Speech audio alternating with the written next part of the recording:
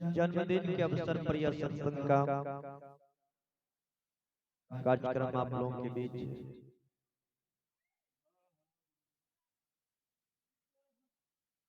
और बड़े शांति पूर्वक हम लोग सुन रहे हैं। रामायण में लिखे हैं कि सुनि समझहि जन मुदित मना मज्जहि अति अनुराग लाहि चार फल अछत तनु साधु समाज परियाग। सज्जनों, जब जीव या संसार में या मानव जीवन प्राप्त करते हैं तो उनका अहोभाग्य है, क्योंकि मानव जीवन पा लेना ये साधारण बात नहीं है।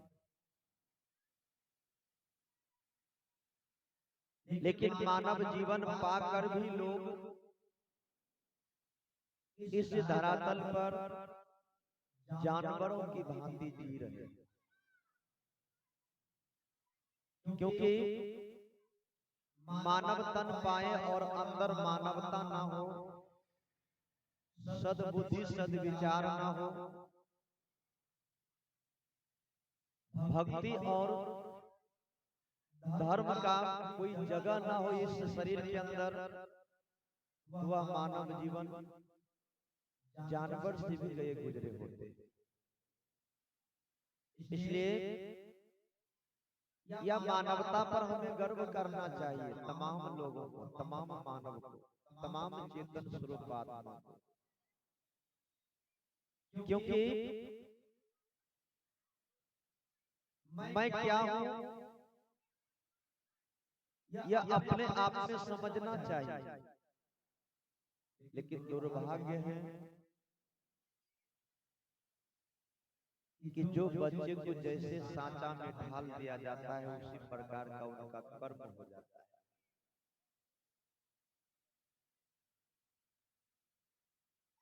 संतों ने बार बार कहते हैं कि जब जीवन आपका मानव तन प्राप्त कर ले और जब मां के गर्भ में शिशु पल रहे होते तो उसी समय से मां को ध्यान रखना चाहिए। और क्या ध्यान रखना है कि तब तक हमें इस जुबान से न गलत बोलना है, इन हाथ और पैरों से न गलत कर्म करना है, और यह शरीर से न बेविचारी करना है। क्योंकि आपका गर्भ में जो है यह शिशु रूपी मेमोरी जो लगा हुआ है, यह तभी से टैप होना शुरू हो जाता है।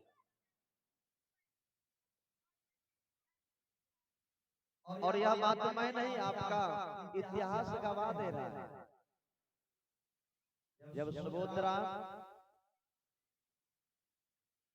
अर्जुन के निकट बैठे थे तो अर्जुन को अनुभव हो गया कि मेरे पत्नी के गर्भ में लड़का पल रहा है और यह बहुत शूरवीर होगा। तो अर्जुन ने अपना कला, चक्रव्यूह का कला, महाभारत का कला, कर्मकांड का कला, अस्त्र और शस्त्र कला, सब कला को वह तभी उन्हें सुनाने के लिए जा रहा था, क्योंकि उस समय वह जो कैसेट लगा था वह कैसेट में जाकर के छपाई और लोड हो जाता। लेकिन दुर्भाग्य थी वह सुभद्रा की कि सुनते सुनते कुछ दूर में जाकर के उन्हें निद्रा सताने लगी और वह बेबस होकर के सो गई। सोने के बाद अभिमन्यु भी जो गर्भ में थे वह भी सो गए। कुछ सुना, कुछ सुनने के लिए बाकी रह गए, और कथा अर्जुन ने पूरा सुना दिया, लेकिन सुभद्रा सुन नहीं पाई। अंत में क्या हुआ? अभिमन्यु जब बड़ा हुआ तो इनको गर्व हुआ अपने आप में कि मैं इस महाभारत का कहानी एक दिन में 1 घंटा में समाप्त कर दूंगा। लेकिन यह बात वह किसी को बोलता नहीं था, लेकिन अंदर में गर्व था। एक दिन जब विपत्ति आ गई, और विपत्ति के समय में जब यह बंदी बनने वाले थे पांचों चारों भाई, तो उसी समय अभिमन्यु को न रहा गया और वह चला गया रणभूमि में, और जाकर के चुनौती दिया। पिताजी से कहा कि आज का महाभारत हमारे हाथ में छोड़ दीजिए, हम आज ही यह सारा खेल को समाप्त कर देंगे।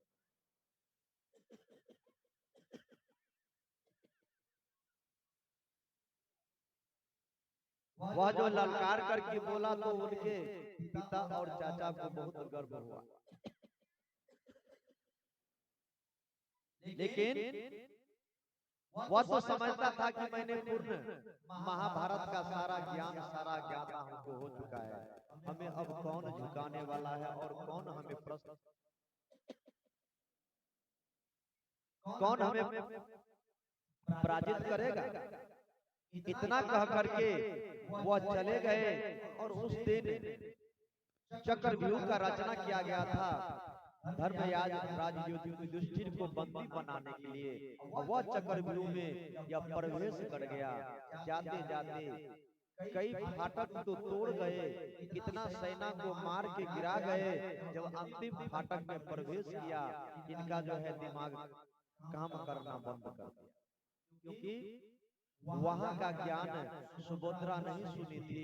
इसलिए अभिमन्यु को वहां से रील कट गया। अभिमन्यु अंधकार में जाकर के पड़ गया और उन्हें मरना पड़ा। यही चीज माताएं अगर वह सोच लेती कि हमें यह कथा को पूर्ण सुन लेना है, तो अभिमन्यु पूरा सुनता तो शायद उस दिन महाभारत की खेला खत्म हो जाता और विजय प्राप्त कर लेते अभिमन्यु। गलती कौन किया? हमारी माँ। और उतना ही नहीं, जब हिरण्यकश्यप के सुपुत्र प्रहलाद उनकी पत्नी जब भाग करके किसी आश्रम में गए और वहां पर गुरुजनों के आश्रम में रहने लगे, तो देव ऋषि नारद ने वह देखा कि गर्भवती है, और वह भी अनुमान लगाया कि इनका गर्भ में लड़का है। वह क्या किया? वह गर्भ में ही इन्हें नमः शिवाय ओम नमः का जाप करना शुरू करवा दिया। जैसे वह बच्चे को कान में यह धर्म और सत्य का मंत्र गया, वह बालक जो था गर्भ से ही हरि नाम का गुणगान करना शुरू किया। और जैसे संसार में आया तो केवल एक ही नाम का प्रचार करते थे, वह भगवान का नाम।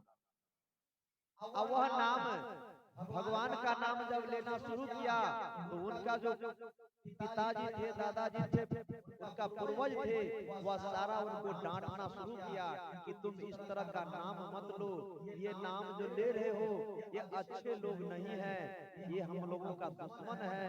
लेकिन प्रहलाद ने किसी का नहीं माना, वह नाम का जय जयकार करते करते करते करते अंत में क्या हुआ? वह नाम से प्रहलाद का तो उद्धार हो ही गया, लेकिन वह नाम को जो मिटाने वाले थे वह मिट करके दुनिया से चला गया। इसलिए वह गर्भ में ही वह सदमंत्र को उच्चारण करना आरंभ किया था। सज्जनों, इसलिए हमें जब माँ का गर्भ में हमारे बेटा हो या बेटी हो, तो हमें ख्याल रखना चाहिए ये बच्चे का पहला क्लास है, या बच्चे का पहला हम गुरु हैं, और यहाँ से इनका शुरुआती दौर है। यहाँ का कला उनका ठोस होगा, उनका कर्मठ होगा, उनका अच्छा होगा, तो आगे चल करके वह बच्चे कभी किसी के आगे झुकेंगे नहीं और कोई कला में कमी नहीं होगी। सजनों, इसलिए आज जन्मदिन बड़ी का अवसर पर हम लोग यह सत्संग को श्रवण कर रहे हैं, तो हमें बच्चे से शिक्षा प्राप्त हो और प्रयास कीजिए कि हमारे बच्चे 10 साल के अंदर में ही ज्ञानी बन जाए, ध्रुव बन जाए, प्रहलाद बन जाए। लेकिन इस तरह का आज के बच्चे नहीं होते।